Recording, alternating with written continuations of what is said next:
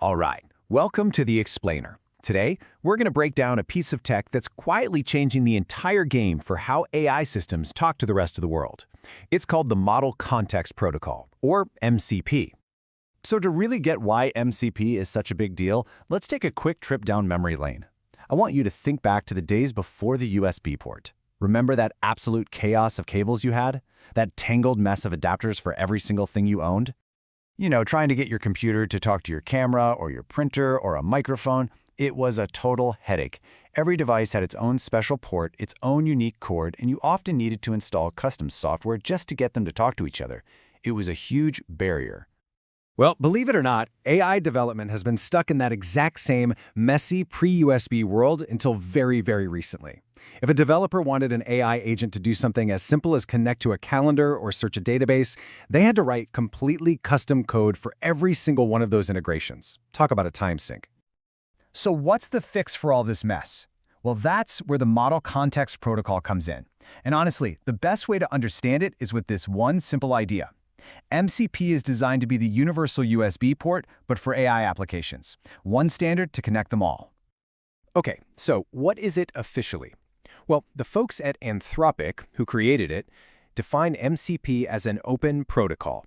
It's basically a common language that standardizes the way AI applications connect to and interact with all the tools and data sources out there in the real world.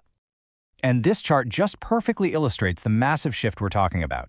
We're moving away from a fragmented world of custom, brittle code to a standardized one. Now, tools are just plug and play. Development becomes reusable and scalable, and the entire ecosystem can just innovate so much faster. And has it worked? Oh yeah. The impact has been absolutely explosive.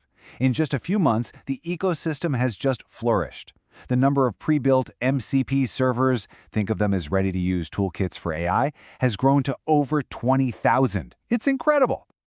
Okay, so we get why MCP is a big deal. Now let's peek under the hood and see how it actually works. At its core, it's built on a really simple and time-tested idea, a client-server architecture. There are really just three key parts here, and you can remember them as HCS. First, you have the host. That's the AI application itself, like Claude or a custom AI agent. Inside that host lives the client, which speaks the MCP language. And that client connects to a server, which is what holds all the tools and data the AI can actually use. So what's actually packed inside one of these MCP servers? Well, it turns out it's more than just a simple box of tools. The design is actually much more powerful and clever than that. An MCP server can offer up three different things. You can think of it as TRP. First, you've got tools. These are actions the AI can perform, like sending an email. Second, you have resources.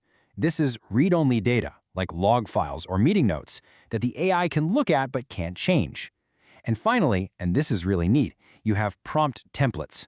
These are pre-built, optimized prompts that help any user get great results without being a prompt engineering expert. Okay, so all this theory is great, but let's see how it all comes together in the real world. Let's walk through a quick example to see how MCP makes something really complex feel incredibly simple for the user. It all starts with the user. And the key thing here is that they don't need to know anything about MCP or servers or APIs.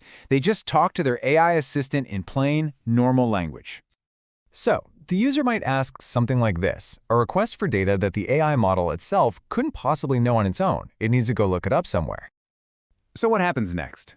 Well, behind the scenes, the AI host gets this request and immediately recognizes, hey, I've got a tool for that. It knows it has an MCP connection to the AlphaVantage server, which is full of historical stock market data. The MCP client then calls the specific coffee function tool on that server. It just seamlessly reaches out, grabs all the data it needs for the last 10 years, and pulls it right back. No fuss. And just like that, the final result is delivered back to the user as a complete, interactive visualization.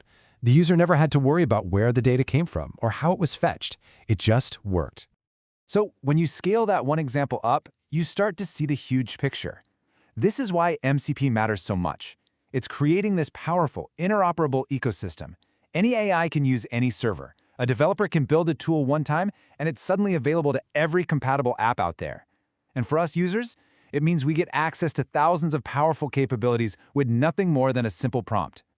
So, this all leaves us with a really fascinating question to think about. This kind of standardization isn't just a small technical improvement.